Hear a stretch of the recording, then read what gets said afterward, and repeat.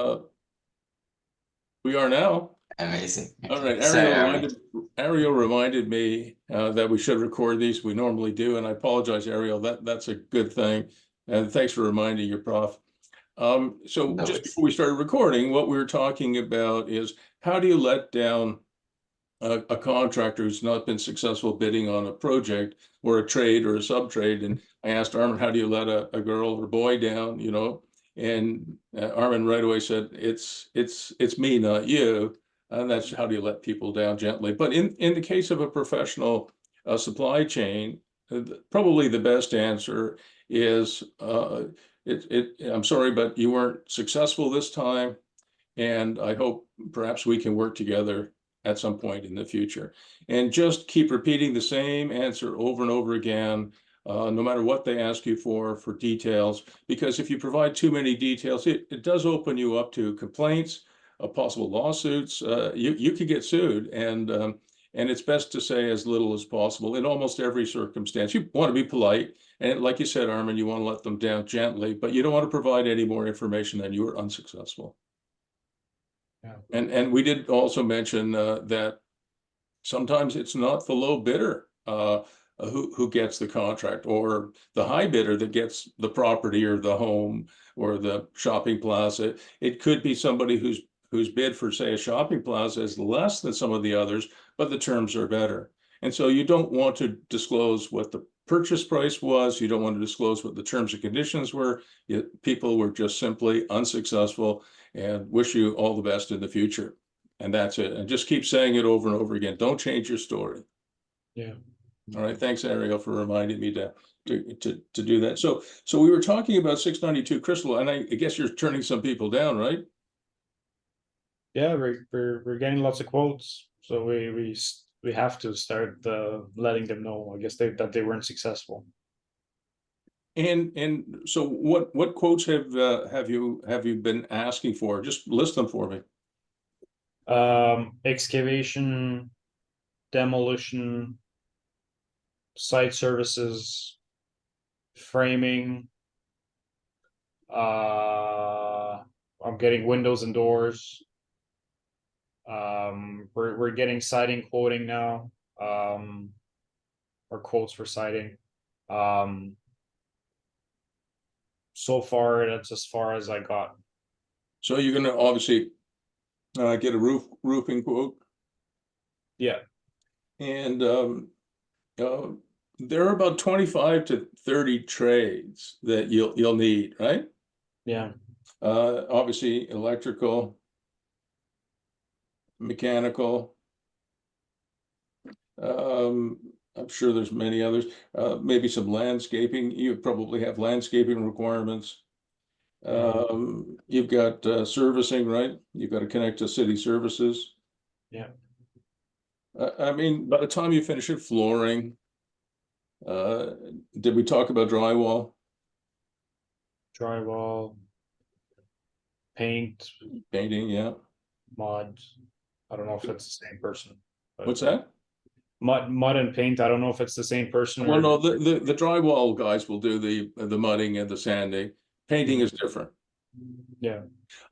So do you have a complete list of the 25 or 30 trays that go into a house? I don't. Um, but we're just going, like, we're starting from the base, and we're going like with the process, as you know, like from A to Z. Essentially, we're just scratching the surface, I think. Hang on a second.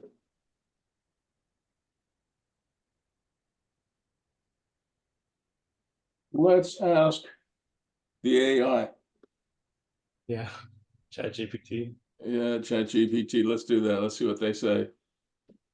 You ready? Yeah. Okay. ChatGPT is like quite amazing, right? And this is AI still fairly early on in the when you guys are my age, AI could be really fantastic or scary. Yeah. All right, let's see. So far we got 23, 24, 25.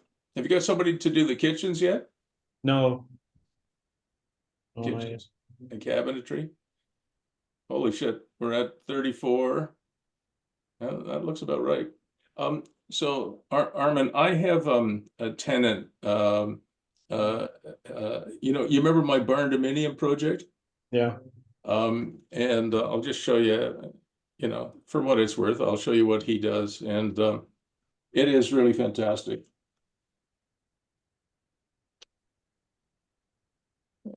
And I will go back to the trades, but just because I'm thinking about it, and I like to help people who help me. So this is a young man. He's a little older than you, Ario, but not by much. A little bit younger than you, Armin.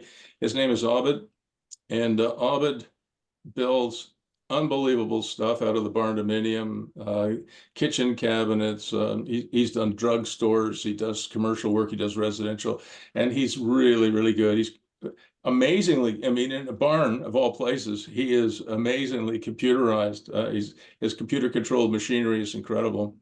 So I don't know if I'm out of line by suggesting I would do an e-introduction and just get him to quote. Okay. Are you Sure. sure that's okay? I don't want to interfere, but he is a wonderful young man. That would be amazing. Yeah, that'd be fantastic. Yeah, no, I think you'll really like him, and you'll see some before and after stuff here. Wow. That's before and that's after. And let's look at his gallery. And he's such a nice young man. And I like you, Armin, I like to help people if I can. Here's one of the pharmacies he did. He did that, I think, in 6 weeks. Wow. That was incredible. Entertainment rooms. Anyway, so I'm just gonna we'll do an email together. Hang on a sec.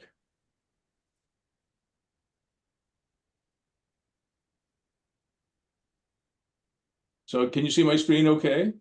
Yeah. Now you notice again when I store email addresses, it always has phone numbers in it, right? Yeah. So you don't have to call me and say, "Hey Bruce, what's Abed's number?" So yeah. Okay, and let's put in Armin. Does this still work? Your Gmail account here? Yeah, but if you want, just use the info@Vaynard one. It might be easier, better. It's more professional. All right, hang on a second. Geez, I got to get this out of the way. All right, I'll stop. Oops, shoot.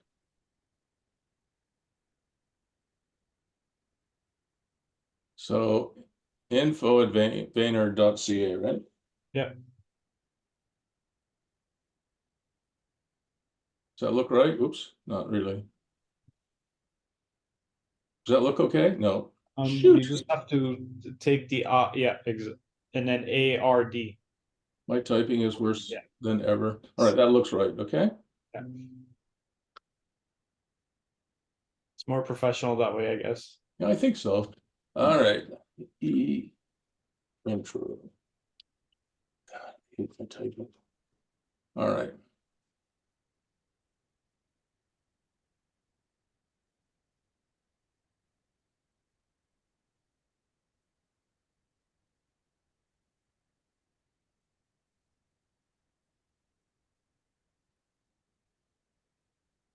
How many units again at 692.6? 6, yeah. Yeah.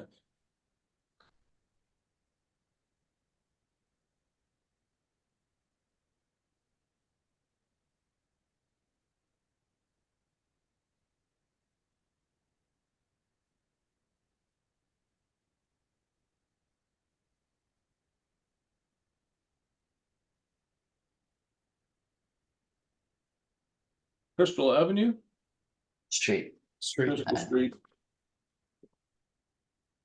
When do you start work? Hoping within the next month or two.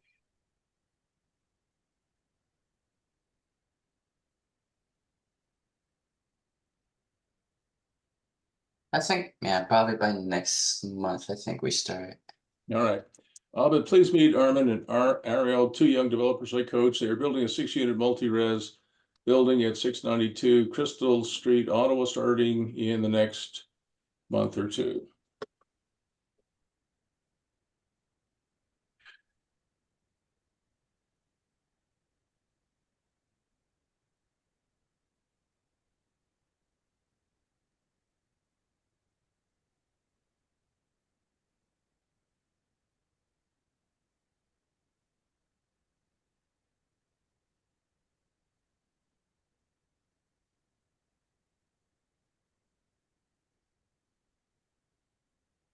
Does that look okay now, more or less, for the kitchens?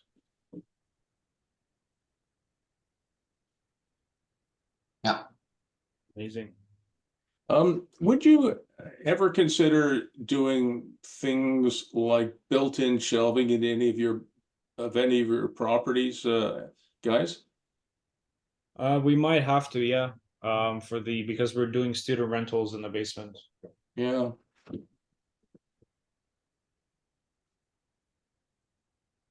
The reason I say that is that every time I've done, like a built-in bookshelf or a built-in, some kind of shelving or closet organizer, it has actually helped me rent the apartments.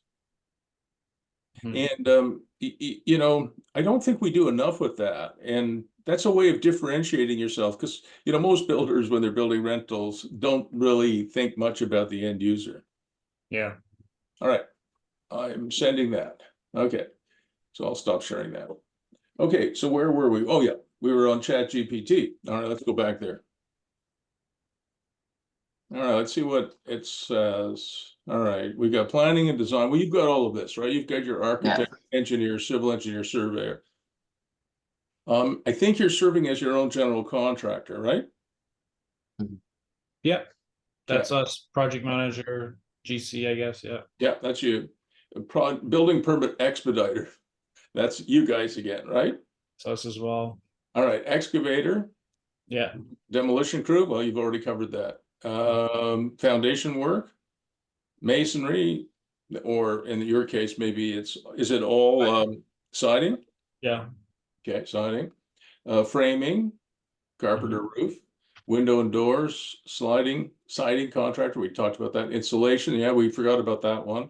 Electrician, plumber, HVAC, low voltage technician. Yeah, actually, that's a pretty good addition. Hopefully your electrical guys will be able to do this stuff for you, but that's really worthwhile. Like we just put in a Ring doorbell, and that was a hell of a retrofit here because we had to bring power from wow, we had to go up in the attic and around and do this until we finally got electrical to it, right? So that's very useful. I like that. Yeah. Drywall, paint, again, those are different. Flooring, tiling, yeah, that's good. Cabinet maker, installer, finishing carpenter, countertop installer, plasterer. You probably don't need that.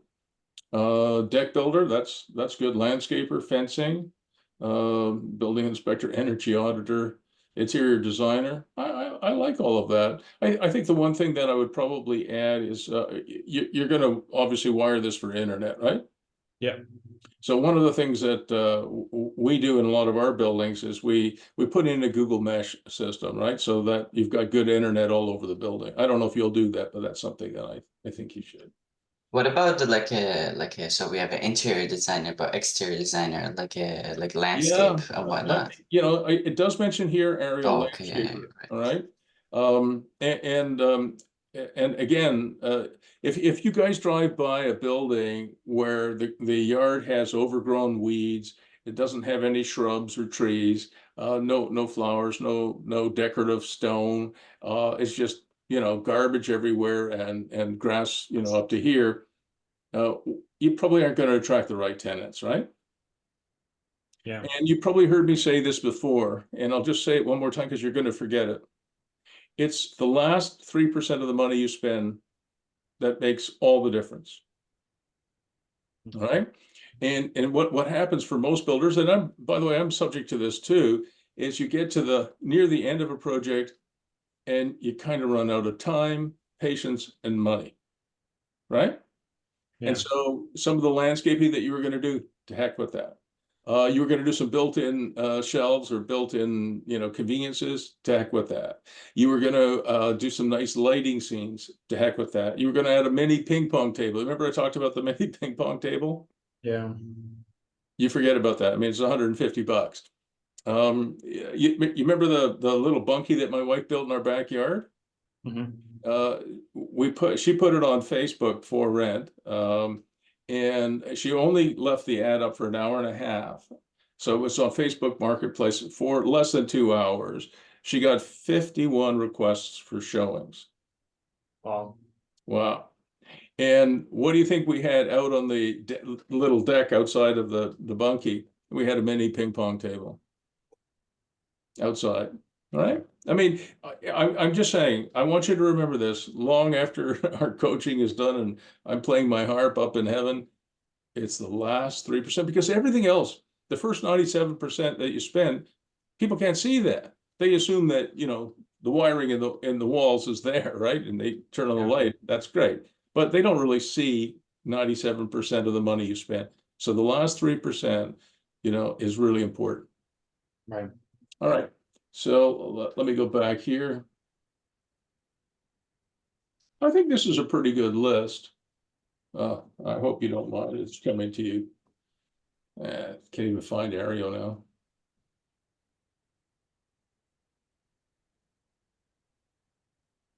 I'll fix my system after we do this. Whatever. All right.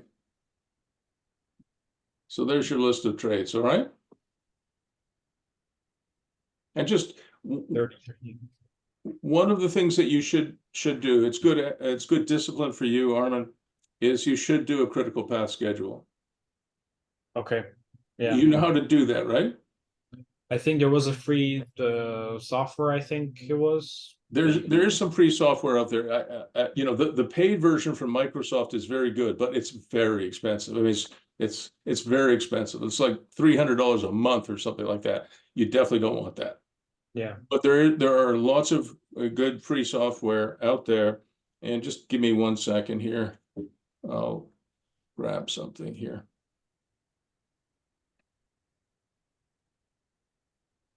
So you guys got any plans for Canada Day?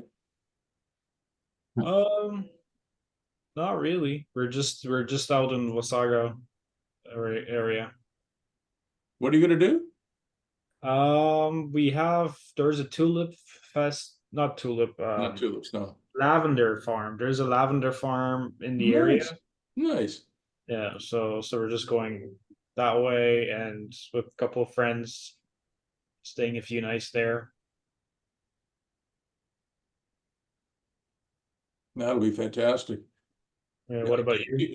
Do you drink any beer? Not really. No, you're not a big Not a lot. drinker. Yeah. What are you planning to do? Well, I don't drink very much either. You know, I mean, I wouldn't say never because that would be untrue, but not very much. You know, for somebody like me, Ario, if I were to have a couple of beers, you know, last night while I was watching Edmonton lose, you know, I'd be a bit foggy this morning. I wouldn't be at my best. And so, you know, if you want to accomplish anything in life, I mean, if you think about, do you know who the Amish people are? Ariel, do you know who the Amish are? They're the people that are like disconnected from, I think, the rest of society. Well, they're very disconnected. I mean, they do have relationships with the rest of society, but they believe they don't have anything other than 19th century technology. So if the power plants stop working tomorrow and trucks stop working tomorrow, they can provide for themselves pretty much, right? They have farms, they grow fruits, vegetables, nuts. You know, they'll ranch, they'll have animals, you know, they'll have sheep and other animals. And you know, if you go to Southern Ontario, there are many Amish and Mennonite communities, and then again in Pennsylvania and other places. And they were originally German settlers. And you may not know this, but in the 1700s, so in the 18th century in the United States, the two main languages were English and German. And at that moment in time, no one knew whether German would become the language of the United States or English. It could have been either one. There were so many German settlers. It obviously tipped towards the English side, but German, and so they were originally from Germany, and they have their own religion, and they do stick to themselves to a very large degree. But if you're going through Pennsylvania, rural Pennsylvania, or southern Ontario, many other parts of the Northeast, you'll see Amish and Mennonite communities, and you'll see beautiful barns and well-tended animals and great great crops and everything else growing. Those people, the Amish, don't drink. They don't drink alcohol at all, right? And then right next to that farm, you'll see you see 20 beater automobiles, falling apart, and you'll see the animals look like they're on death's door, and the crops are withering in the fields, and the whole the barns are falling down. That's a white guy who spends most of his time drinking. And I'm not preaching any religion here for sure. That's none of my business. But you'll find, generally speaking, people who don't drink alcohol over a lifetime are much more productive. And that's not me. I don't care if people want to have a drink or two. It's just up to the individual. But in my case, I'm not a teetotaler, but I might have 1 or 2 glasses of wine a year. That would be it for me. Okay, so that's just a life lesson for you. So have a look at this, guys. I'm sending you a link to critical path methodology and scheduling explained. It's one of my learning videos. It's not too long, Armin. It's about, I think, 15 or 20 minutes. Some of my videos are really long, but this is not too bad. And I think, I'm not sure if it's still up to date, but there's a company called Project Leap, which I think can provide, and this is coming to you by email, so it will provide you with some free software. And if it's not available from Project Leap, there'll be somewhere else you can get this stuff. It's a very, very good, very powerful thing.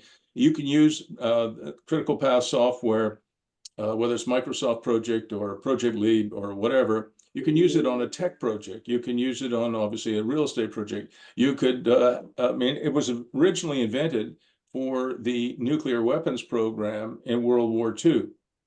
It's what Oppenheimer used to control 300,000 workers and about 3,000 firms working on the atomic bomb.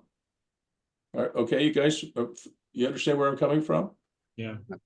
And I'll just boot up this. 1 minute. So this is what you'll see on YouTube, hopefully, if it's still there. Yeah, so I lied. It's more like 30 minutes long. Sorry about that. But we're not going to go through it. But obviously you can't buy. Sorry, that's me talking. So I'll show you as soon as it resolves.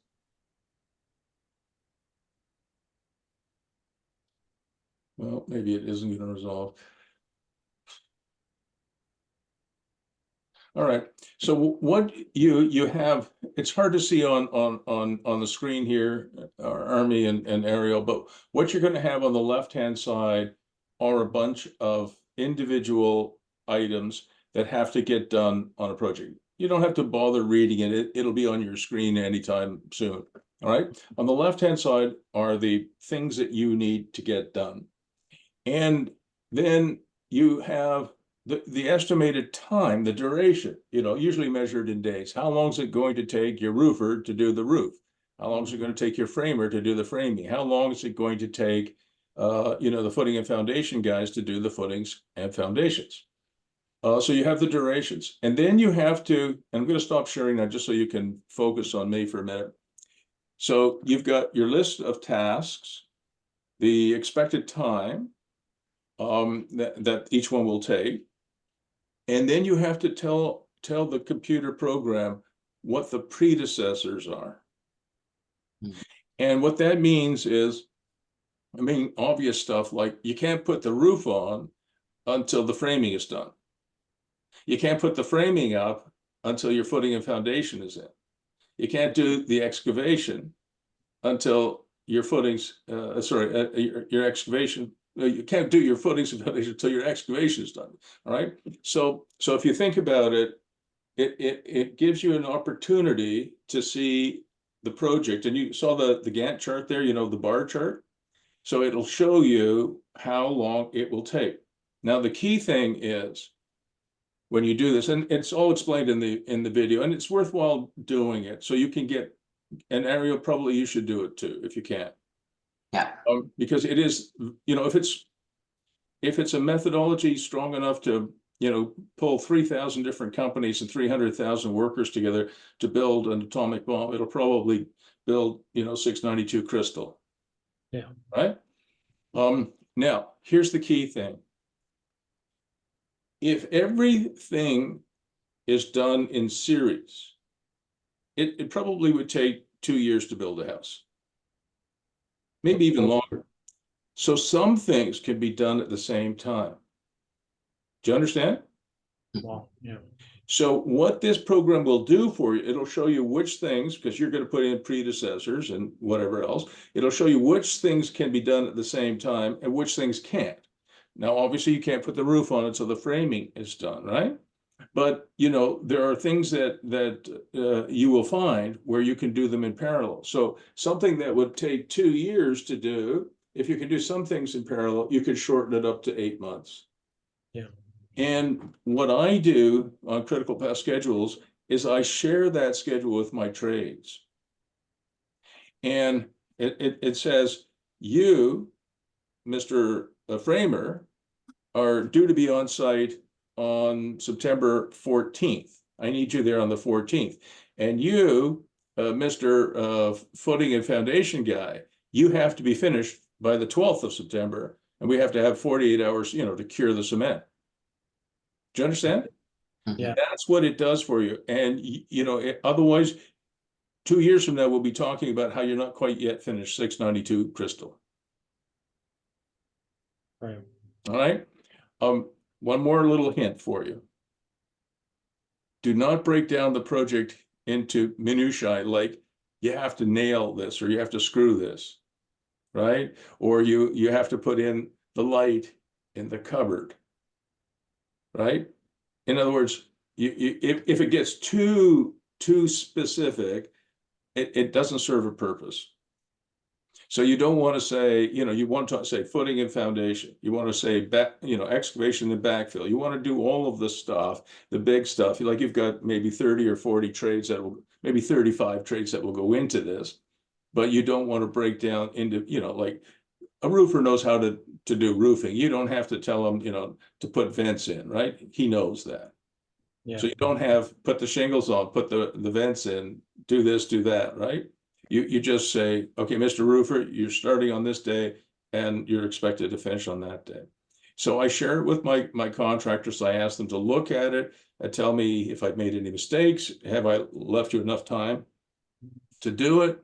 And if so, great. We're on the same page. If you need an extra week, I got to know about that. One more thing that this software does for you, it kicks out something called a critical path. Do you know what a critical path is? Yeah. I think we went over it also last time a little bit. Yeah. So, Armin? I think it's just one thing that needs to be done before the other thing starts, is it? Yes, but it's also an item that if it's delayed, the whole project is delayed. Right. Okay. All right. And that it becomes critical. All right. So that's why it's called critical path software. Sometimes it's called critical path methodology. Same thing. You just want to look at, and so you pay particular attention to anything that's on the critical path, because one day late means the whole project is a day late. Yeah. If it's late by a month, like for example, you need your building inspector on site, to inspect the plumbing and the electrical before you can put the drywall. If the inspector for some reason doesn't show up for a month, guess what? Yeah. So, Gets all right. So, delayed. okay, that's Everything gets delayed by a month. exactly. And that is a killer. That is a killer. So if you're going to be your own project manager, you got to be pretty much on top of it every day. And you probably have to be on site at least every second day. Right. And it'll be cold in November. All right. Okay, so we've dealt with 692. I had a question for you that actually, when I looked at it again this morning about 692. And I think I have it here. Yeah, maybe it's on a PDF. Yeah, I did. And maybe I've asked you this before, and Ario, you'll be sure to remind me if I have. But when I looked at your site plan again for 692, you've got about 9 meters here in the backyard, and I think you've got what, 3 parking spaces back here, correct? Yep. And then you have this space over here, which is, again, almost 9 meters, so it's pretty big. I'm going to Yeah. ask you again, would you consider putting a backyard workshop in here? We've thought about it, but the problem is the grade, it slopes Yeah. a lot. What kind of a slope? Are we talking 1-to-1? It says 91.68 in the corner there. If you can just scroll up a little bit Yeah, more. so from here, it's 90.87, and here it's 91.68. So from here to here is about 0.8 of a meter. I think there is a 2 meter difference between where the house sits and where the 91.68 corner side yard is there. So from here, it's like a 7-foot drop. Yeah. That's quite a lot. Is it 7 foot? Let me look at the grade plan. Because I think even the parking lot had to be with retaining walls there. Yeah. I think the grading is fairly steep as it gets. Because we really tried, I think, squeezing as much I know you did. area as we could. I find that hard to believe. I'm looking at Ario. I'm looking at the Google Maps, and not that it really means anything here, but I'm looking at Google Maps. Here's 692, and for it must be like a gully back here. So it's a 2 meter drop from the corner of the building to the corner there. Yeah. So it's 2 meters over how many meters? Over about 9 meters, right? Yeah. So 2 meters.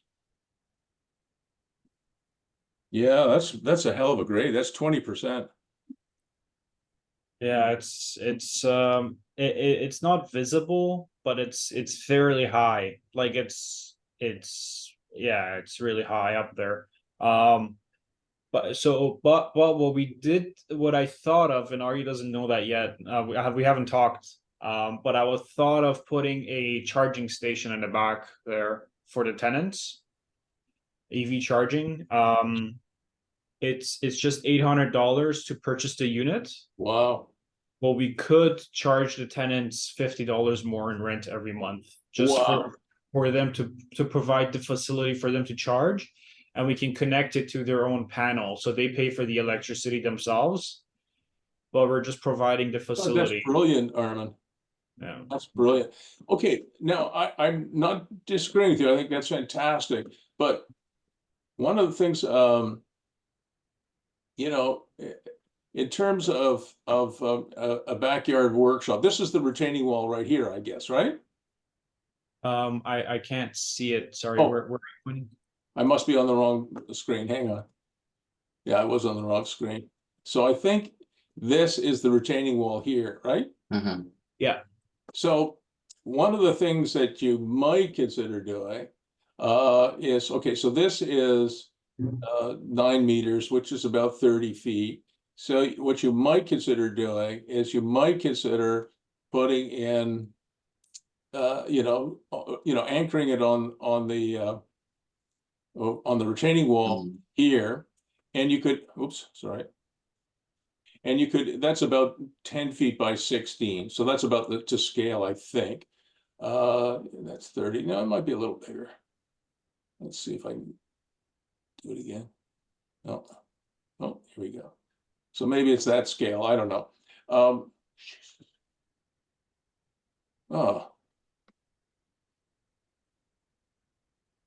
I'm screwing up. All right. So this is about 10 by 16, which is the legal size. You could rest it on this part of the retaining wall, and you could have screw piles here. The reason I'm so keen on that is I sent to, I guess it's your friend, Armin, on Olivier this morning, Olivier, I guess is probably a better way of putting it. I wanted to show you what one of my clients did with, he bought a North Country shed. You know, I like those North Country sheds. He bought one, and I wanted to show you what he did with it. So this is not mine, okay? I've done a few of them, but this is his. So can you see my screen again? Mm-hmm. Yep. So this is very similar to the one I have. And this is what it looks like now inside. He turned it into a man cave. That's good. That's amazing.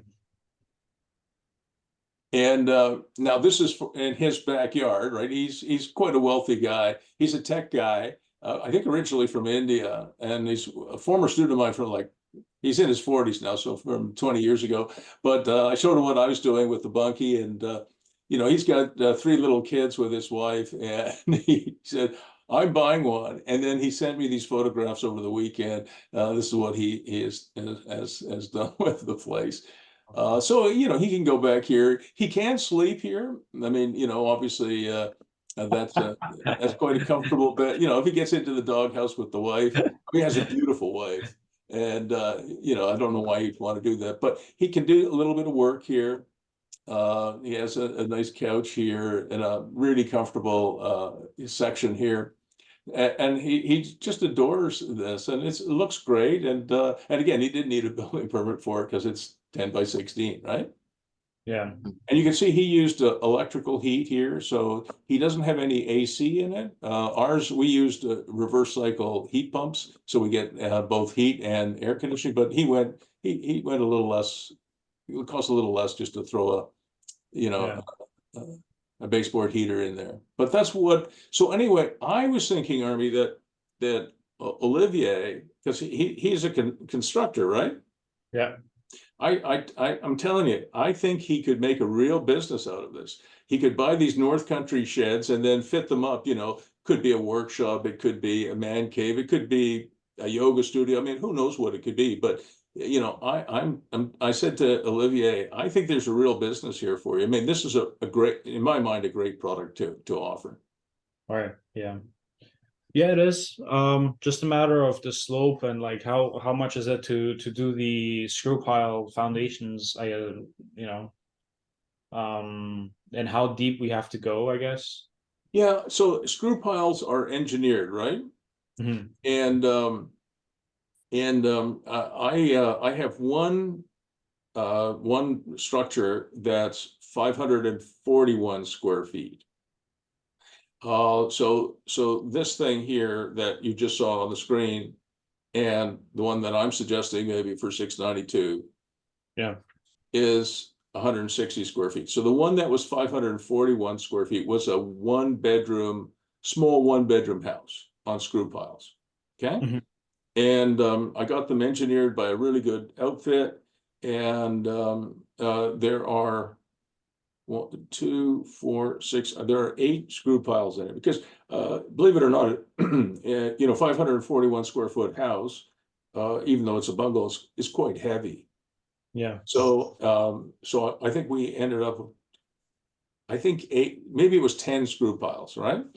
And the cost for the design was about $1,500, and the screw piles themselves were installed was I think $11,000. Okay. So for here, if you put, you know, if you put the workshop on the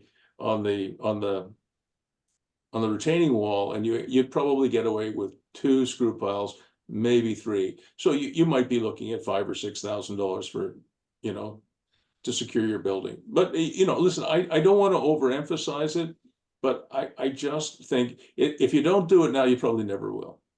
Yeah. No, yeah. We just have to figure out the like who would get access to it, I guess. Yeah, well, obviously, what you would do is you would rent it to one of your tenants. It wouldn't be a common element. Okay, yeah. Do you know, human beings are not very good at sharing. Ario, did your older brother ever pick on you when you were a little kid? Oh yeah, I'm sure. I'll bet he did. Did you ever get him back? I'm sure I did, yeah. Sure you did.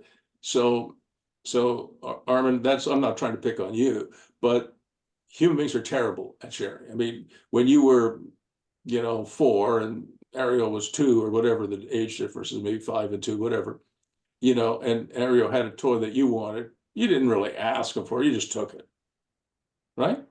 Yeah. I mean, I have a younger brother, trust me, he tells me all the time what a son of a bitch I was. I love my brother and I think he loves me, but we had a few fights. So humans are not very good at sharing. And I actually had a common space that I allowed my tenants to share. They paid a membership fee, and it was a complete failure, right? So if you Yeah. think about it, if you have a nice workshop and you have 6 units and you want to get, say, $800 a month for it, they could each pay $130, $140, and they'd have access to the workshop, right? Except Yeah. they'll fight, right? It's the same thing if you have a shared boardroom, they'll fight. And by the way, it's the same thing. I didn't ask you this. I should have asked you this. On your site plan, what are you doing with outside space?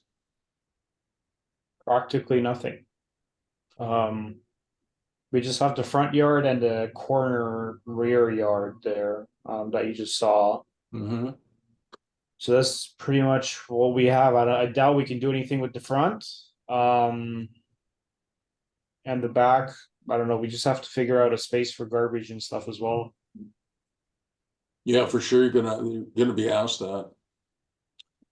So I'll talk a little bit about. We'll come back to the workshop, but I'll talk a little bit about outdoor space. Same thing. If you have, say, you were building a 36 unit apartment building, and you had a common space out front with swings and picnic tables and barbecues and all kinds of other things, and you said, look, all 36 units can share this space. What Yeah. will happen is that common space will be shared only by the teenagers, and they'll smoke weed and drink beer and be obnoxious, and it will turn into a wasteland. So Yeah. what I do when I build multi-res apartment buildings is I do my very best to give, say, for example, the ground floor units a little bit of private space right in front of their own units, and I even kind of demise them. They might have a little bit of fencing or a hedge or something, right? Yeah. And then if you go back after a couple of years where everybody has their own sort of private outdoor space, you'll find that, they have trikes and bikes and a barbecue and some other stuff there, and they're making good use of it, and you have a lot of happy people. But if you have a communal space, it leads to endless wars and it'll be taken over by teenagers. Yeah. Okay. Yeah. It's an interesting one. Yeah. I don't know. We haven't really sat down to talk about the corner to maximize the value and squeeze more money out of it. I think it's one of those things where it has to be done for you to be able to see it in person and visualize what's the best use for it, I guess. 100%. Agreed. It's a bit hard just from plans, I guess. Yeah, that's true. Hang on a second. Wow. What do you think of pets, like pet policy with your rentals? What do you do with those? Just give me a second here because there was something else I wanted to show you.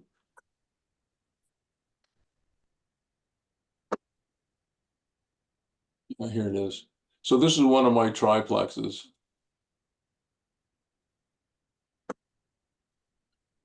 So let's see if I've got some, yeah, I've got a decent shot here. So one of the things I did with this triplex is, there's a unit here. This is a little 1-bedroom unit here. There's a 3-bedroom unit here. And on the side, there's a 1-bedroom unit here. So we got 2 1-bedrooms and 1 3-bedroom here. And what we did with the front was we didn't leave any grass. Grass is just, well, that's not true. We have a little bit of planting that's going in here. We just are fixing it up this year. So we have some front yard parking, which you can see here. We don't call it parking, by the way. We just call it landscaping, hardscaping. And then we have some decorative stone here, and we're going to put out here, we're going to put a picnic table here for this unit over here. So this is you go around the side here, at grade, you've got a 1-bedroom unit here. This is where he parks, and he is going to have, maybe it'll go here, it'll have a table and chairs where he can get outside. So that'll be his private area. The main house does have a private area in the back, and believe it or not, this guy here, this is a garage door with a man door in it. I've probably shown you this before. I think so. I'm not sure. I think was this the one with your daughter, I think? No, this is a different one. Okay. So a 3-bedroom unit here, her private space is the backyard. This guy didn't have any outdoor private space, so we've created some here. We're gonna put, like I said, we'll put a table and chairs out here for him. And then you can see here, this is an actual garage door. It's insulated. And yeah, I don't know if you can see, it might be too small on your screen. I'll make it a little bigger.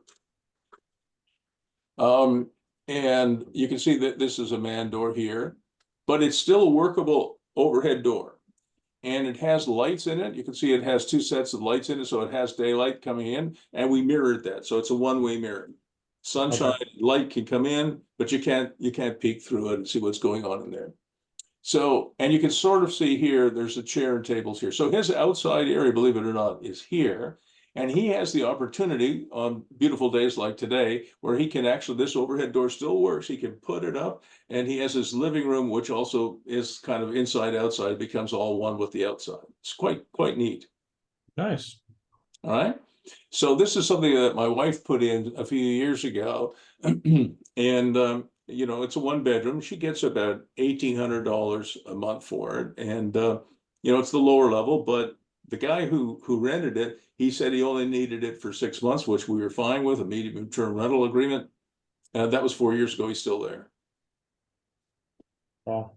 All right. So you can do a lot with your front yard. You don't necessarily have to just leave it to, you know, to the city. So you may be able to find some outside area for your tenants to enjoy, but try and make it individual. In your lease, you'll say this space outside is yours. Yeah. I just saw interlock on the other side. What's the policy with interlock? I guess, or with having 2 driveways in a property. That's a great question. Did you see that too, Ario? Yeah. I'll just show it again.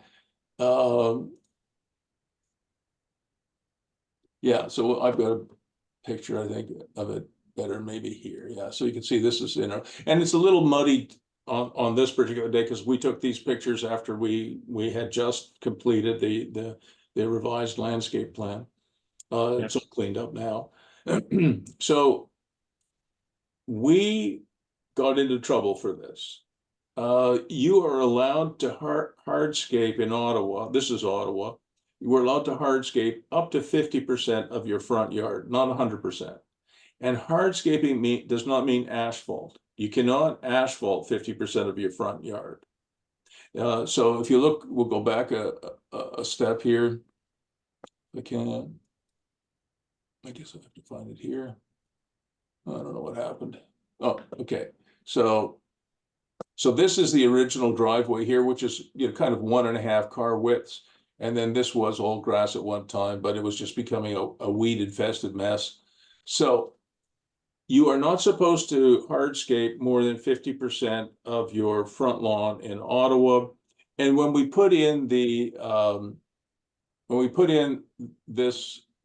patio stones or these pavers, one of my neighbors complained, and the bylaw officer came to see me and said, "Looks like you put in a second driveway, Mr. Firestone." And I said, "No, it's simply hardscaping. We just don't want to cut the grass anymore. We don't want to weed it and feed it. This is more sustainable than grass."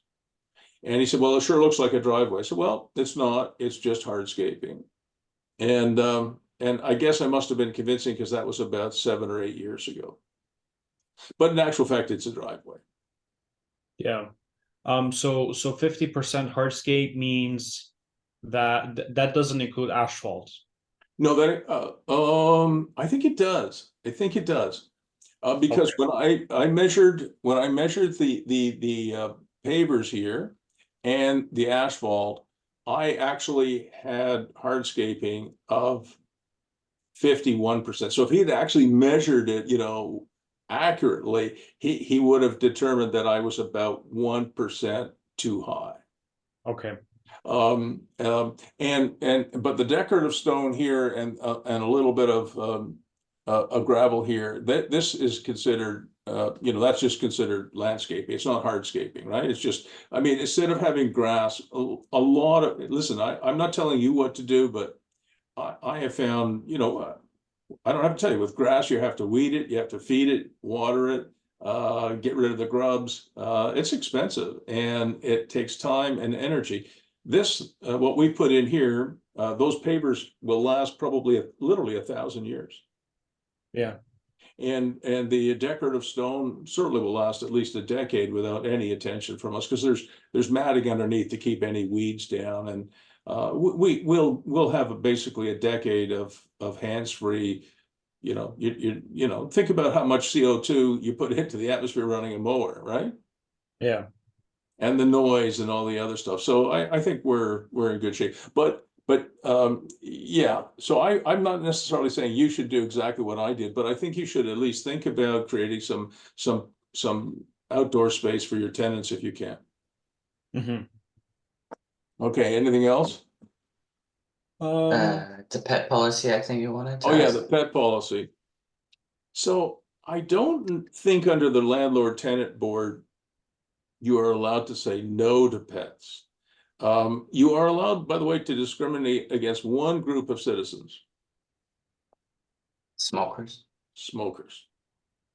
That you are legally allowed to say, if you smoke, you cannot live here. We do not want a smoker here. I think they're the only people you can actually discriminate against.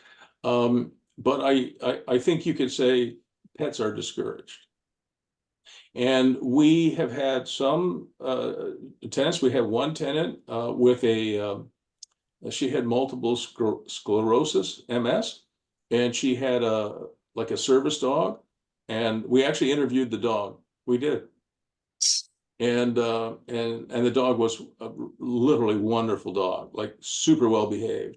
And we allowed Marcy and her service dog to have one of our apartments, and she was there for 4 years until unfortunately she wasn't able to continue.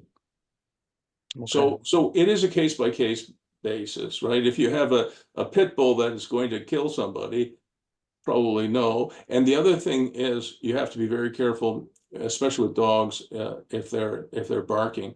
One of my clients in LA had a tenant with a dog who was a very well behaved dog when the owner was there, but for the entire time that the young couple went to work, the dog would bark, would howl for the entire time. And for anybody on a shift, you come home from your shift at 8 a.m., you want to go to bed, and literally the dog would bark from the moment that the young couple left until they returned, like 7 or 8 hours straight. So eventually, they had to go. He had to evict them. Okay. But so you interview the dog, but then like, how do you know whether the dog's going to be a nuisance or not? That's Well, we didn't really know, but we did interview the dog, Marcy's dog, and she was very obedient. She did not, snap at us or anything else like it. So there's some luck involved. I mean, I'm not a dog expert. Yeah. But we did. My wife and I both agreed we would let her try it, and for that, by the way, we did a 3-month lease. So it wasn't even a lease; it was one of those guest agreements. We said, Marcy, we'll give it a try for 3 months, and if it doesn't work out, you have no rights for holdover, right? Because it's another medium-term rental agreement. And she said, fine, you'll find. What was her? Oh, her dog's name was Joe, but Joe was actually a female dog, so it's J-O. So Okay. and she stayed with us for 4 years, but we did do a trial for her. Okay, so I guess you do trials with tenants, or how does it work? So we do, not all tenants, I mean, but it depends, if we have some tenants who, like, we have a tech tenant who makes an incredible amount of money, and he just doesn't want to own a house, because, with a lot of tech guys, they want to be mobile, right? Like Yeah. if they get a better offer in Boston, goodbye. They get a better offer, in London or wherever, or Shanghai. I mean, they're going to go. So they like 1 or 2 year leases. They don't mind paying significant rents, and but they want to maintain their mobility, right? So Yeah. we have one tech guy now. He makes about $400,000 a year. He's pretty senior in one of the tech companies locally. And he's in a nice loft apartment. It's a 3-bedroom apartment. He's there by himself. He likes to spread out, likes to have his friends over. I think he has a girlfriend, but he doesn't bother him that he has to pay $4,000 a month. It's nothing for him, right? Not even Yeah. 10% of his salary, I don't think. So, but we have, and he wanted a 3-year lease, which we gave him, but he has an out anytime on 6 months' notice after the first year and a half. So there's no trial for a guy like that. He just moves in, but for somebody like Marcy, she has MS. She's moved on now. Her health deteriorated, and her dog. We do trial. You have to use your judgment. Yeah. Okay. All right. Okay, I've dealt with that. Okay, now you didn't give me much to go on today. Ario, you did ask me for a personal reference. Yes, I'm moving to Toronto. You're moving to Toronto. I think you told me that. Is there a reason why? For school. What school? Toronto University. University of Toronto? Yeah. And what are you going to do there? I'll be studying physics. Physics. You're going to be a physicist? Hopefully. What attracts you to physics? Uh, I think, knowing how things work and just the fundamentals of, knowing things work, but also predicting perhaps how something or what would happen. When I was at McGill University in Montreal, my top marks were in physics. And if I were to go back 50 years now, I probably would have been a physicist too.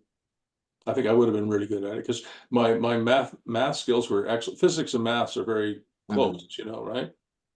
So if I could go back now, instead of being an expert in real estate and a little bit in business, I'd probably have done physics. I was really good at it, and my physics instructor wanted me to do a PhD, and I decided to go into civil engineering and move on with that. But I probably should have done what you're doing. Why do you say that? Just because, you may not know this, but I'm actually quite shy. And as a young person, when I was your age, I was quite shy, and I would have made, I think, a very good physicist because I had a brain that understood math and physics. That's just the way it was. And I could have spent a life teaching and a life in a sort of a lab or doing experimental work. And I would have been quite happy. If you think about the life I actually chose, the hockey thing, the 1,000 or 2,000 media interviews I've done, and even coaching and stuff like that. There's so much of it that's public facing. For a person who's really essentially quite shy, I would have been better, I think, to be a physicist. I had to train myself, when I was doing media interviews, I'm being shy. I had to train myself not to, to be able to do keynote speeches and stuff like that. So it's an effort, and I'm glad I did it, but I could have chosen differently. How many years are you going to be in TO? For now, 3, I believe. 3. And when you graduate, what will you do with it? I'll probably go further. Want to go towards doctoral studies with this one. So you'll get a PhD. Yes. Well, we'll have to call you Doctor. Dr. K. You wouldn't have to, no. You can. I think that's fantastic. I listen, if you need a reference, obviously, I'll provide one. All right. I begin to understand you a little bit better, Ario, and I'm impressed. I wanted to show you something else, you guys, while I have you. Let's see if I can find it here. Oh, come on, where is it? Yeah, there's something came up last week, and I don't think it's relevant to your current projects, but it might be at some point. And Ario, at one point you asked me to talk a little bit more about land leasing, right? Yes. That was for a commercial project. We never actually did that. It was on your list, but I don't think we did it. I'm pretty sure you'll remind me if we did, but I don't think we ever got into it in detail. Not in detail from what I can remember. Maybe Armin can Armin? correct No, me on that. the only thing we talked about land leases was the Trump Tower and the Movati. Yeah. But we never Yeah. understood the depreciation of it, or how much land goes for, or how to sublease a land for built to suit or whatever it's called for Yeah. like the major commercial tenants, I guess. Yeah, so we did do some of it, but I wanted to show you something that kind of blew my mind last week, and I'll show you what it is here, and I think this might be very relevant as you guys go forward with your development career. Ariel, will you continue to help your brother with some development work? Yes. I'll be doing that from the extra time I have, but Okay. we'll definitely be also participating. Yeah, I wanted to show you something if I could find it. Yeah, I can find it here. Give me a second here. I'll show you something.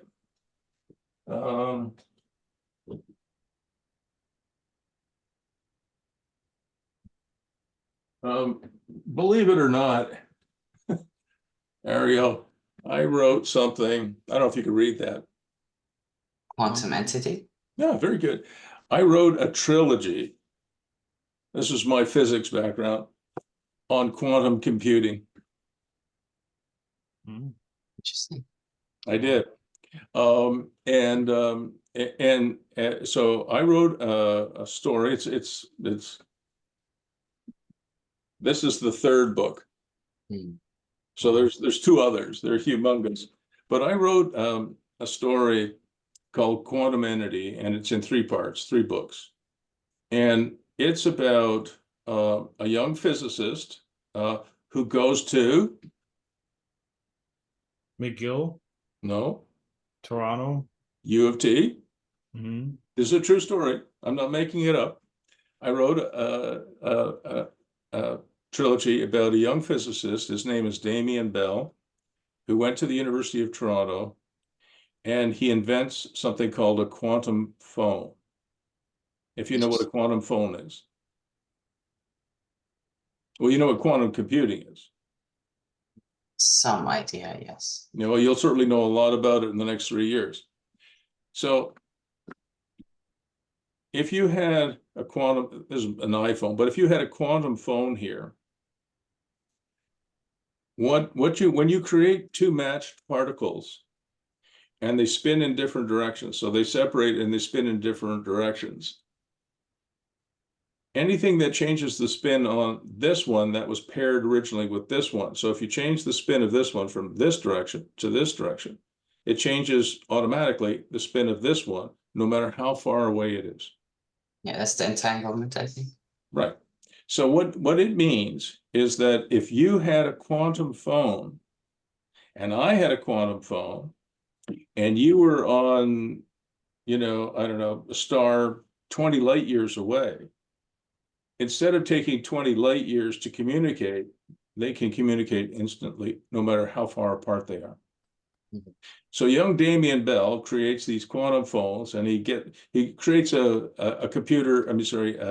A company on the scale of Facebook times, 100. I mean, it's just, it's Elon Musk and it's Zuckerberg and it's all these other people, times 100, right? So it's a story about a young man who creates a quantum phone, and then he gets into a pile of trouble, right? Because you can imagine if you had a quantum phone, you don't need AT&T, you don't need Verizon, Bell, TELUS, right? Your phone and my phone can communicate instantly, no matter how far apart they are, right? So he gets into a lot of trouble. And the other thing that he does, and I'll give you a little hint, is every time you buy a quantum phone, okay? You buy a quantum phone and you turn it on for the first time, out pops this kind of apparition, which is actually a quantum entity. And it's a piece of artificial intelligence. You got to remember, I wrote this 10 years ago, long before AI became a thing. It was a thing back then, but nobody knew about it. And so out pops an AI, I call them quantum entities, and that quantum entity bonds with you. It becomes like your brother, right? Do you understand? And that quantum entity can do all kinds of work for you and work with you, becomes, your best friend, your pal. So if you're interested, I'll send you the 3 books. I mean, I'll send you them as digital copies. You can put them on your tablet. You might want to read it. Sure. I If I won't say did, no to that. you gotta, I mean, it's a long story, but it is a really fantastic story. And almost all of my students across Canada, the United States, and overseas have read it. And people are my students, there's probably now 20,000 of them,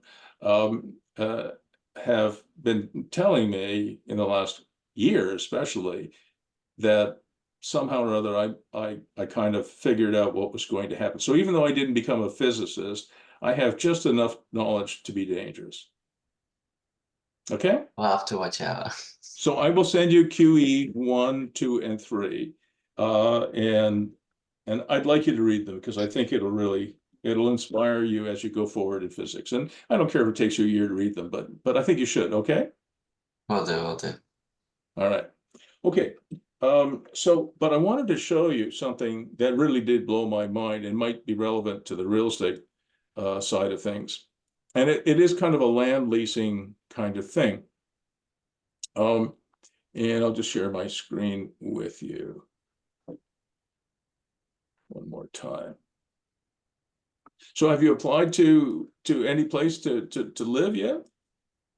Yeah, I'll be moving in July 1st. Well, So you don't actually need my my reference.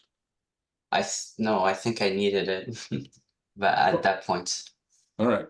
So this is an article in San Jose. Yeah, San Jose. And I'll just go to the next one here. So this is an article that I read on something called The Real Deal. And it's something that's going on in San Jose. So California has now, in most cities in California, are now allowing, ADUs, accessory dwelling units, in the backyard of almost every building, right? And what they did, though, was something really important, I think. So here's your main, the red here is your lot. Here's your main home, which could be, a duplex or even a triplex.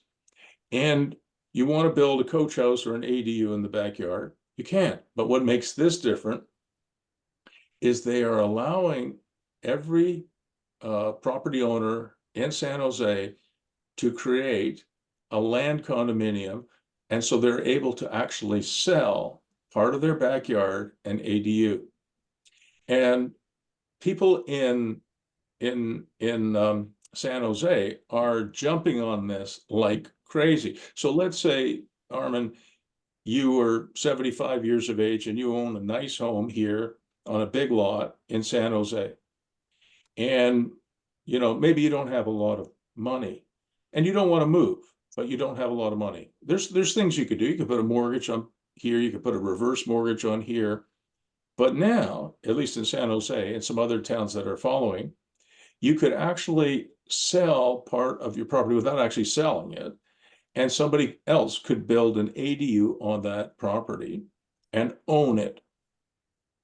Am I making any sense? Yeah. And there's in San Jose, 1,000 square foot ADU in your backyard could sell for $832,000 US.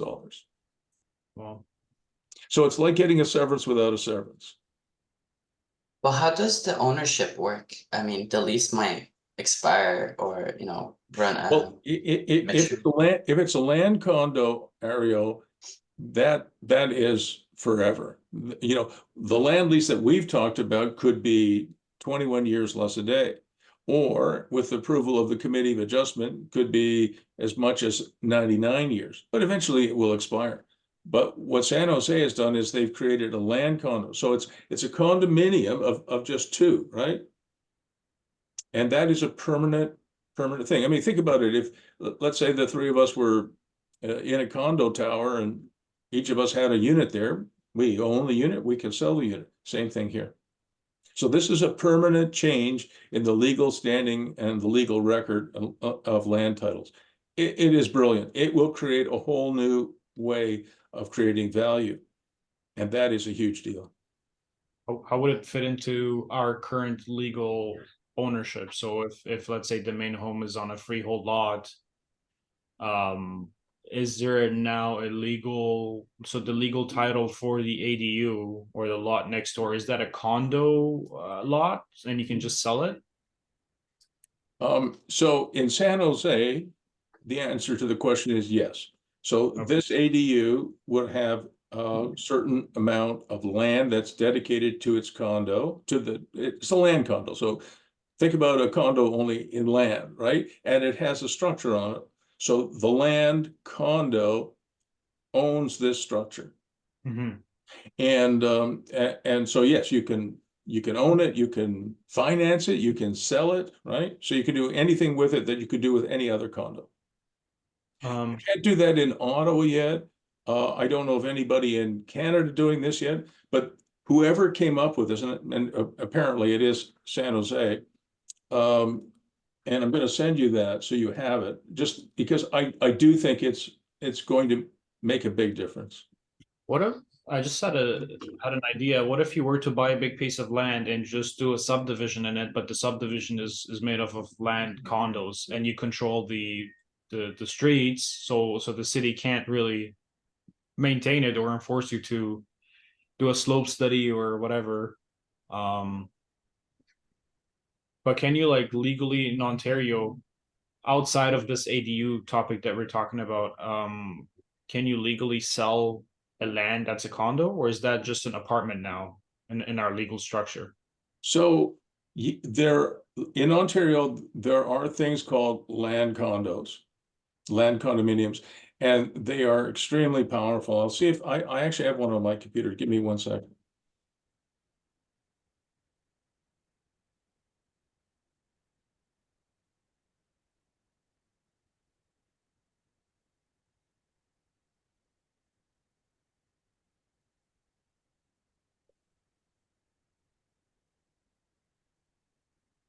See if I can find it.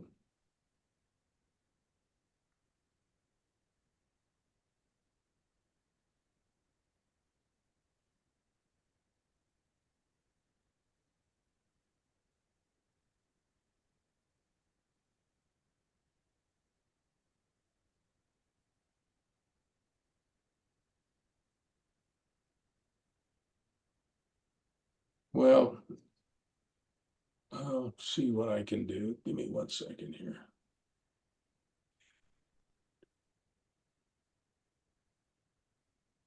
So this isn't exactly what I wanted to show you. It might take too long to find it, but Armin, that was an excellent question. So this is a subdivision done on the Madawaska River in the township of McNabb Braeside, county of Renfrew. Yeah. Here is the river, and my client bought this land. I'll show you with my cursor. It goes like this. It's kind of this triangular piece of land like that. Okay. Yeah.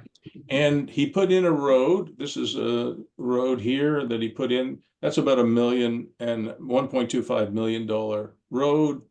And he created from lots 8 to 24. These are waterfront lots.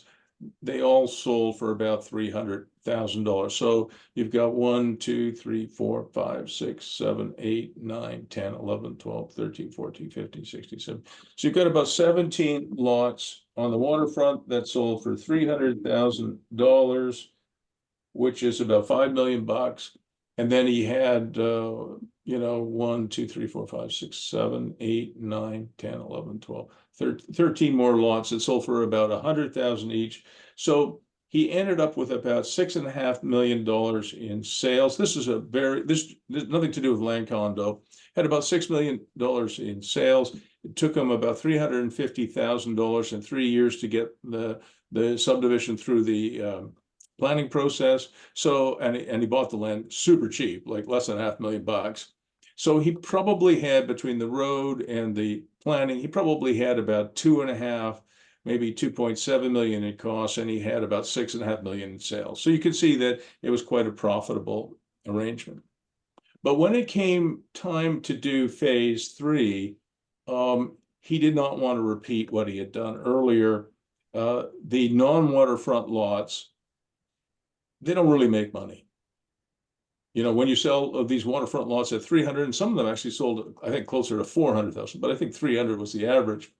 They make money. But when you sell a lot for $100,000, by the time you service the lot, you buy the land, you go through the planning costs, your costs are at least $85,000 or $90,000. So you sell it for $100,000, you pay a realtor some commission. You really are just changing 4 quarters for $1, right?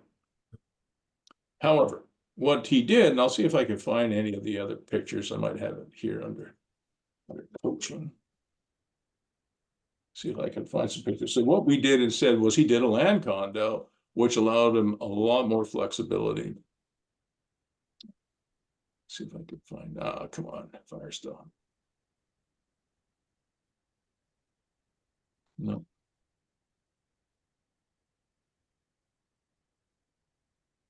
Yes, okay. So I'll just switch screens. You guys are pretty good at asking questions, but only when we get going. So this is then this little piece, this stuff that you see up here. Okay. Yeah. This is the land condo. So what he has done is he has one block that is approved for development.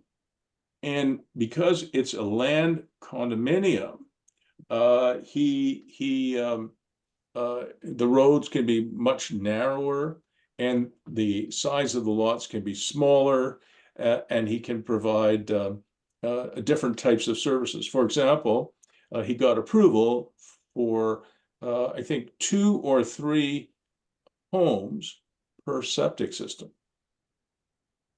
Right? So typically in that first phase that I showed you, 1 lot, 1 well, 1 septic system, repeated endlessly. In a land condo situation, he was able to put in 1 well, 1 septic system, and put up to 3 homes on that property. So his yield went way up and his costs went way down. Communal septic or whatever it's called. It's not considered a communal system. A communal system might have been 1 system to serve, say, 30 or 40 homes. That's a communal system. He wanted to do, because when you get into communal systems, you have to get through the Ministry of Environment, now called MECP. You have to get through their process, which is quite arduous. And then you also have to have a municipal responsibility agreement, which I'm sure you know, Armin, what that is. And that is also onerous. It can take you 2 or 3 years to get through that process. Here, he got approved for a private well and a private septic system serving either 2 or 3 homes. Got it. And that was fantastic. So with a land condominium, what that means is, again, let's say there was a land condominium of 3 people, Armin, Ario, and Bruce.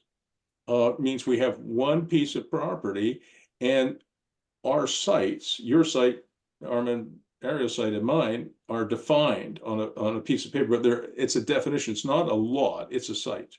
Yeah. Okay. So yes, you could do land condominiums. And if you did that, you could absolutely, with a land condominium, you could do the San Jose thing here without changing the Planning Act. So that was a pretty big insight by you. Well, that's really good. So we should just go look at lots now for land condos. Yeah, I really, and the other thing that a land condominium would allow you to do is you could also do your own trailer park or mobile home park, right? Yeah. And that is a fantastic business. All I we have to do I is think just- I've talked you through the model before, right? Yeah. So all we have to do is just do septic and the services, right? Well, I would do what Bob did, which is I would do, you know, I would do private septic systems and private wells, but I would do them exactly as Bob did, which is one septic system serving 2 or 3 homes. Okay, I see. How long ago was this? Was it recent or? Yeah, it's very recent. Okay. He just finished up, I think, phase 3 last year. And then how much did you spend on like soft costs, do you know? Yeah, I mean, all of these things are expensive. By the time he did all of his planning work and his engineering work, he was for phase 3 was very similar to phase 1 and 2. It was about $350,000 in planning and planning costs and engineering studies and environmental studies, archaeological studies. I mean, it's ridiculous, but that's what you have to do. Wow. There's no way around it. The only other way around it, and even then I'm not sure you really get around it, is one of my young clients bought an existing mobile home park, which he has done fantastically well with. So you can accelerate the process if you can find a mobile home park that exists. But you know, the one that he found and I helped him purchase was the people who owned it were just very old and they wanted to get rid of it. So he got an incredible deal, but it's at least 4 times what he paid for it, and that was about 5 years ago, maybe 3 or 4 times. I'll show you that. So that is a model I like.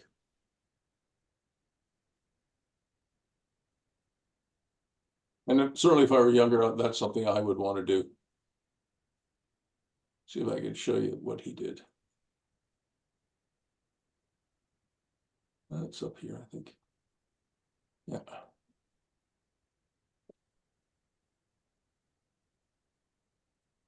You probably have seen it. Do you know the mobile home park at the corner of Dwyer Hill Road and Highway 7? I think so, yeah. So Yeah, this is Highway 7. It's sort of between Ottawa, which is up here, and Carleton Place, which is down here. He renamed it. It's now called Ashton Pines. okay. You can see it here. So this is he bought this for not very much money. I think it was about 1.2 million or 1.4 million.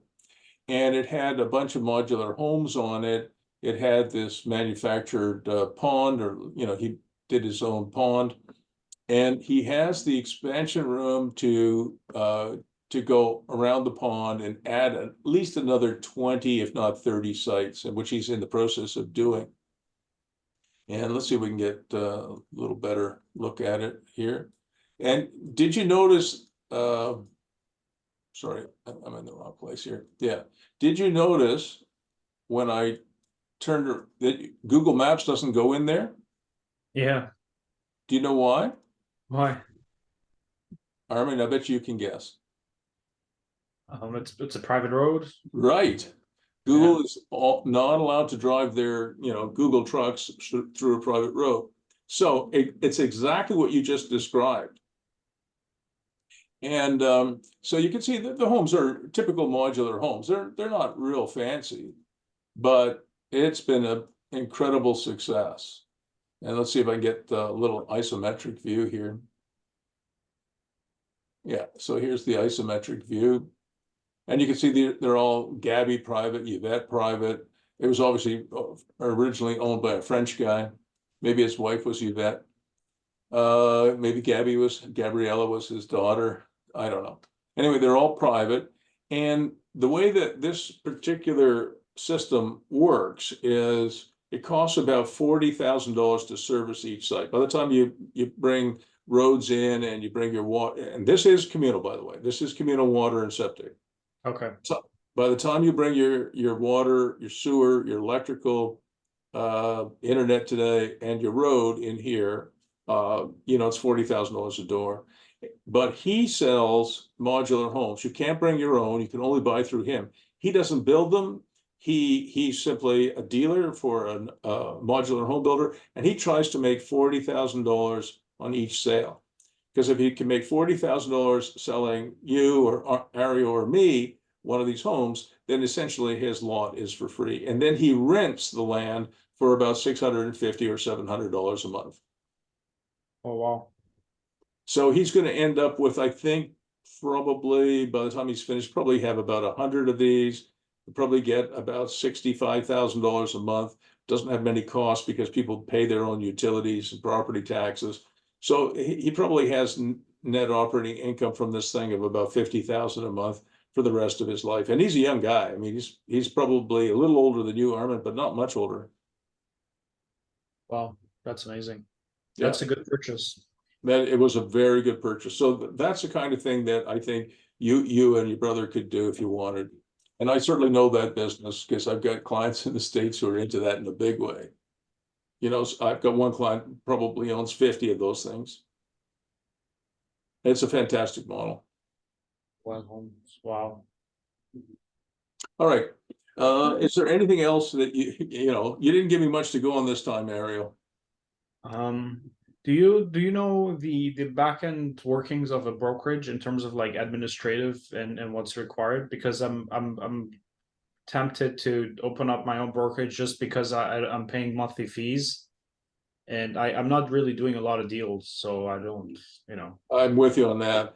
I do more deals than I actually want to do, just because I do the coaching thing. I don't like to actually do a lot of realtor work, but some of my clients, they feel more comfortable if I'm helping them with a deal. So I probably do 1 or 2 deals a month, Armin, but I'd be happy if it was less, but I mean, when you do this coaching thing, you become quite close, right? So you can't really turn somebody down. Hang on a second.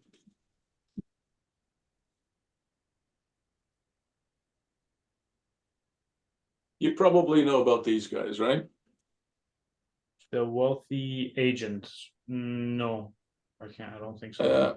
It's written by a guy I know. His name is Patrick Ashby. He's a big wheel in EXP. Okay. And if I were younger, I would probably leave Royal LePage and go to EXP. Mhm. And he gave me this book. He wants me to join EXP, because he makes money if I join. But let me just read you a couple of things. 15 reasons why independent brokerages are flocking to EXP. So you could have your own brokerage. There's no overhead. There's no brokerage risk or liability. You have some branding and naming freedom. You could call it the Armin and Ario on Bruce brokerage if you wanted. So you don't have to brand it Royal LePage like I do. You have a virtual platform, so there are no offices. You have lots of back office tools, which are quite costly to do if you do it on your own. You get some agent support and services. You get brokerage support and services. You get some real estate training, which you wouldn't need. There are no costly fees. I'll just read this one. EXP is not a franchise, so there are no desk fees, no royalty fees, no other random charges. At an EXP, you pay a one-time fee of $149. And that's it. There's a retention and reward system. You get your own personal dashboard. You have multiple income streams. You have healthcare options, which you don't get anywhere else. And you have some collaboration and lead generation tools, which you probably wouldn't need. But I can introduce you. Listen, there's no skin off of my back on this, but I can introduce you to Patrick if you want, and you should talk to him. He knows what he's doing. I'm with EXP now, and I'm paying 150 a month. That's what I'm trying to avoid. And I You're with also the EXP now? yeah. Oh, okay. That's why I want to do the cost benefit analysis in terms of like, okay, if I could find a broker who could I guess like tell me how the inner workings are, because I have my broker's license, but I just I'm thinking of opening the brokerage just because I would save on the monthly fees. I feel like no. I don't think so. Sorry, $150 a month is pretty good. But what about the split fees after? Like if you do deals and you pay 20%? Yeah, so with Patrick, he told me, I mean, they're not looking for very much on the split. I mean, I don't remember exactly what it was, but it wasn't very much.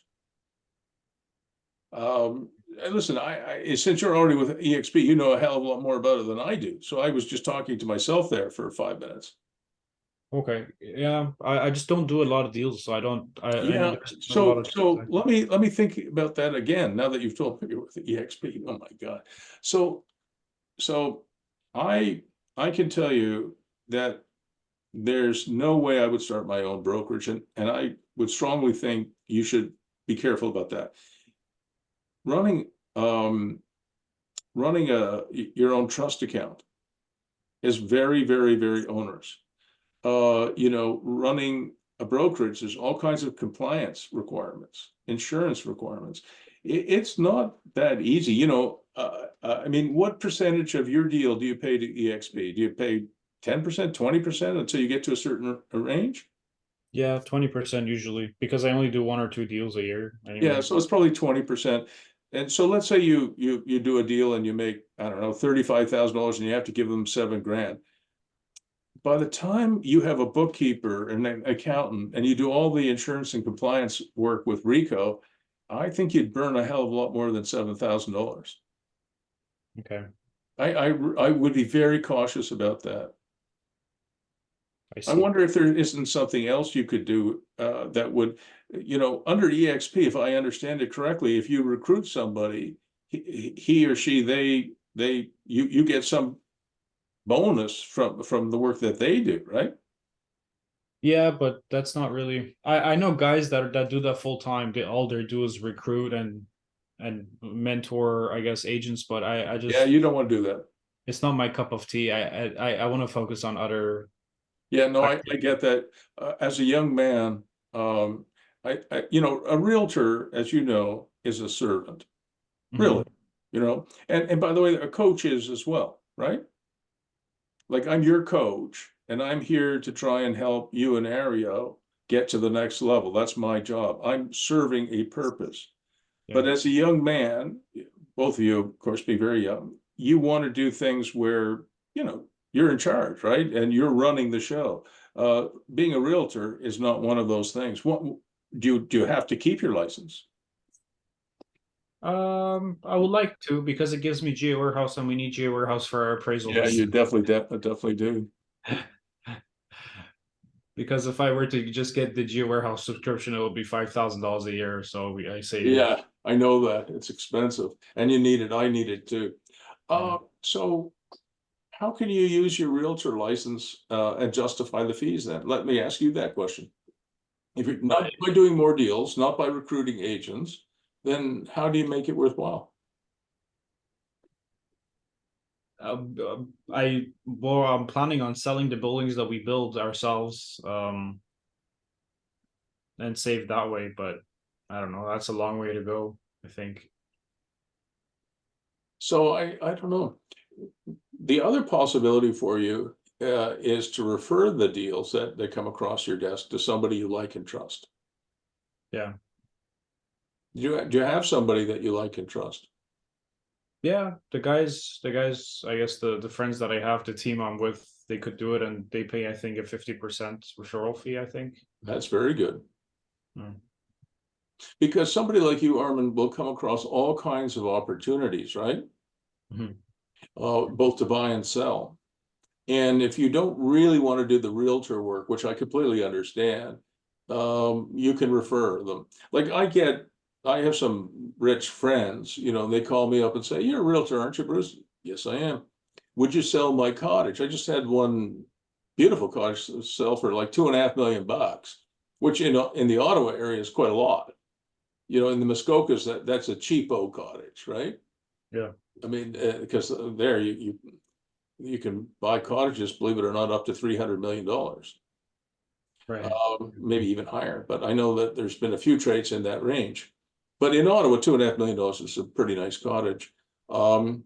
And I said, sure, let me help you out with that. And I have two ladies that I work with, Ashley Odom and her sister, and they're great. They're beautiful young women, and they're very good at this. And I said, hey, would you do this for me and for a friend of mine, a coaching client of mine? And she said, sure, you know, and they sold it for $2.5 million. I don't know, I got $20,000 referral fee or something like that. I mean, I'm sure you could do that. Yeah. Yeah, maybe sub it out, I guess. Yeah, that makes sense as well. I think referrals would make a lot of sense. And by the way, if you have any land deals that you want to do, you can refer those to me because I'll do those every day. Like I am the land guy in Ottawa. Land guy, okay. I am the land guy. If there's somebody who wants to list and sell their land, well, I don't care if it's a farm, it's rural land, it's residential land, it's infill. I mean, that is something I really enjoy doing, and I'm really good at it because you know I'm the highest and best use guy, right? Yeah. And so I can vision what makes sense, and then I can figure out what client I should go to sell that land to. Could be a developer. I mean, I've sold literally tens of millions, maybe even a few hundred million. Yeah, it would be in the hundreds of millions of dollars of land to developers, right? Yeah. You know, I've done over 20 auto dealerships, and I'm doing another one now. So on the land side, it doesn't take too much time, and I'm good at it. So if you had any land friends that wanted to sell their land, I would do that, and I would pay you the referral fee, no problem. Okay, nice. Yeah, for sure. For sure, yeah. So that's all I can think of, Armin. You don't really want to do the realtor work. I do like the idea of you selling some of your own properties, though. Yeah, for sure. That's in the books anyway. I'm buying, of course, as well, but yeah, You're what? buying as well for ourselves, just like Yeah, oh, absolutely. You can represent yourself as both buyer and seller for sure. yeah. That's great. Yeah. Perfect. All right. Anything else before we quit for the day? That's it. I talked a lot, all you didn't. So maybe Arya has a few questions. Well, You I know, talked a lot before. I think we talked a good amount both. Okay. Yeah. So, Ario, I'm super excited about you going off to U of T. I mean, I will send you Quantum Entity. Good luck. Thank you very much. Thank you for Yeah. the referrals. Oh, no problem. I think that's what got me the unit. All right.